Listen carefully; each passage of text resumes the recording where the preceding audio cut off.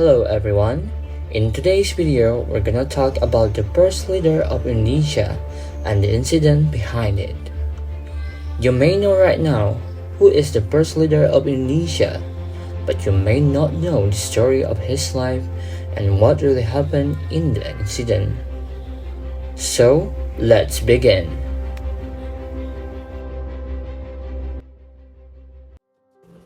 Sukarno was the leader of the Indonesian struggle from the Dutch colonialists. He was a prominent leader of Indonesia's nationalist movement during the colonial period and spent over a decade under Dutch dictation until released by the invading Japanese forces in World War II. In his early life, Sukarno was born on June 6, 1901 in Surabaya. Was given the name Kusno Sosro Diwarju. His parents later renamed him Sukarno after he survived a Syrian lineage. Sukarno's father was Raden Suekemi Sosro Diharjo, a Muslim aristocrat and school teacher from Java. His mother, Ida Ayu Nyoman Rai, was a Hindu of the Brahmin caste from Bali. Sukarno and his fellow nationalists collaborated to garner support for the Japanese war effort from the population in exchange for Japanese aid in spreading nationalist ideas.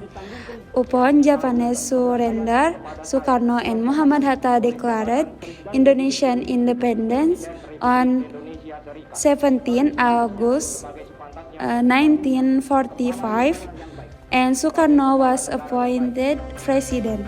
He led the Indonesian resistance to Dutch colonization effort via diplomatic and military means until the Dutch recognition of Indonesian independence in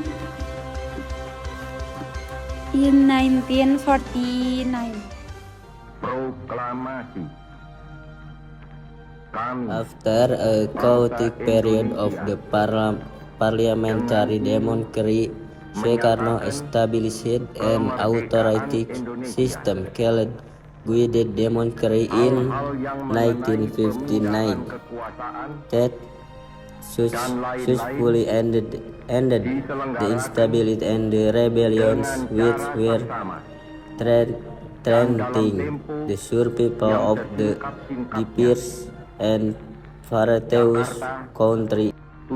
After the events surrounding the 30 September movement of 1965, the military general Suharto largely took control of the country in a Western-backed military overthrow of the Sukarno-led government.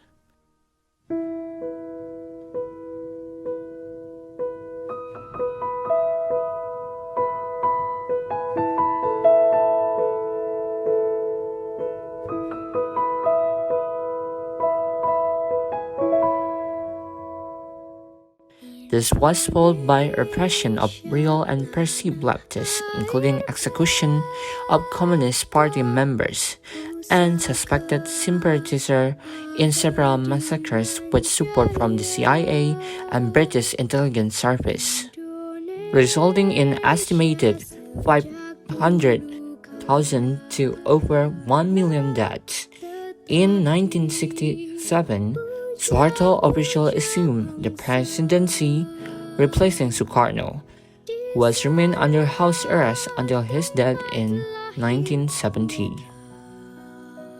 Before Sukarno declared Indonesia independence, an incident happened the night before that. That incident is called the Rengasdengklok incident. Or in Indonesia, we call it Peristiwa Rengasdengklok. Peristiwa Rengasdengklok was the kidnapping of Sukarno and Hatta done by several youths, including Sukarni, Wikana, Aidit, and Chairo Saleh. This incident occurred on August 16, 1945 in the early hours of the morning at around 4 a.m. Sukarno and Hatta were taken to Rengasdengklok, Karawang, to then be urged to proclaim of the independence of the Republic Indonesia, until an agreement was reached between the older group represented by Sukarno, Hatta, and Ahmad Subarjo, and the Pemuda group about when the proclamation would be carried out, especially after Japan suffered in defeat in the Pacific War. The kidnapping of Sukarno and Hatta and their confinement in Rengasdengklok was the peak of the disagreement between the older and Pemuda groups over how to carry out the proclamation of independence. In a critical situation, the two groups agreed to proclaim independence on August 17, 1925. Sukarno and Hatta were initially taken to the defendants of the Homeland PITA dormitory in Rengasdengklok. Because this location was deemed unsafe, they were then moved to the house of a man named Jiao Ki-seong. In Rengasdengklok, the Pemuda group again spoke to Sukarno, demanding that the proclamation be carried out immediately. The purpose of the kidnapping is reported by the Ministry of Education and Culture of the Republic of Indonesia, where to urge Sukarno and Hatta to immediately convey the proclamation of Indonesian independence because at that time there was a vacuum of power due to Japan's surrender to the Allies. To keep Sukarno and Hatta away from Japanese influence, to show the proclamation as the struggle of the Indonesian people that must be immediately formulated and read, to prevent Indonesians from falling into the hands of the Allies because of the vacuum of power from the Japanese side in Indonesia.